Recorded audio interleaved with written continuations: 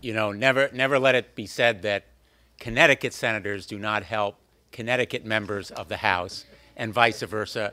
I'm not willing to help every member of the House of Representatives, particularly the members of the House of Representatives who have proposed slashing Medicaid and Medicare and who have raised the prospect of cutting Social Security.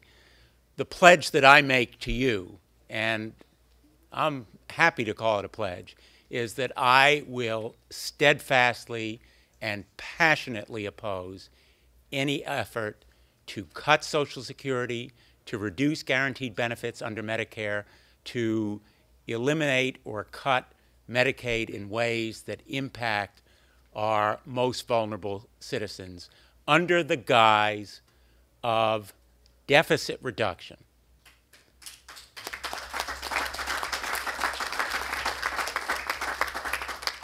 You know, the fact of the matter is that we do need to be mindful about the deficit. We need to cut spending. We need to be prudent and responsible and eliminate waste and fraud and get control over deficits that threaten to be out of control.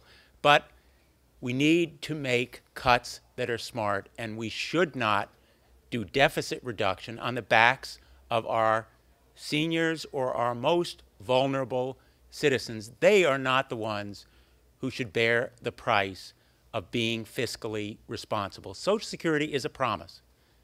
It's a commitment. It's a moral obligation. Put aside the legalities. It is a moral commitment, part of our social compact. And for anyone who says, well, we should raise the eligibility age, chances are those folks work behind a desk or talk for a living. I say the folks who are working and who know John Olson is fighting for them need the current age eligibility. And reducing benefits is simply unnecessary now, even to consider, because Social Security is going to be solvent for the next 26 years. There is no need for the kind of scare tactics that we've seen. There are ways to improve Medicare and Medicaid through cutting the costs of health care.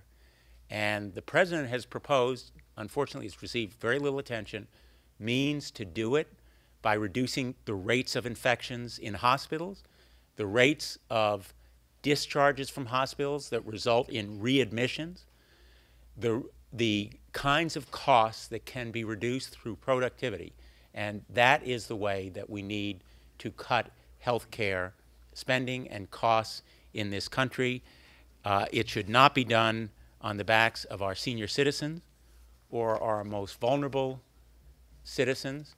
And I can tell you that so long as I am a United States Senator, knock on wood for a good while longer, I will do everything in my power to work with folks who are really fighters. You know, I think I never expected that these fights would be the first item on the agenda when I went to Washington. But I'm really proud to be here today and proud to be a part of this fight, because we've got folks like Joe Courtney who have been doing it for years and years, and other members of our congressional delegation, and John Olson and Sharon Palmer, and people who know that this battle for working families has always been a fight. It's always going to be a fight. And we need to dedicate ourselves to this fight as never before. Thank you.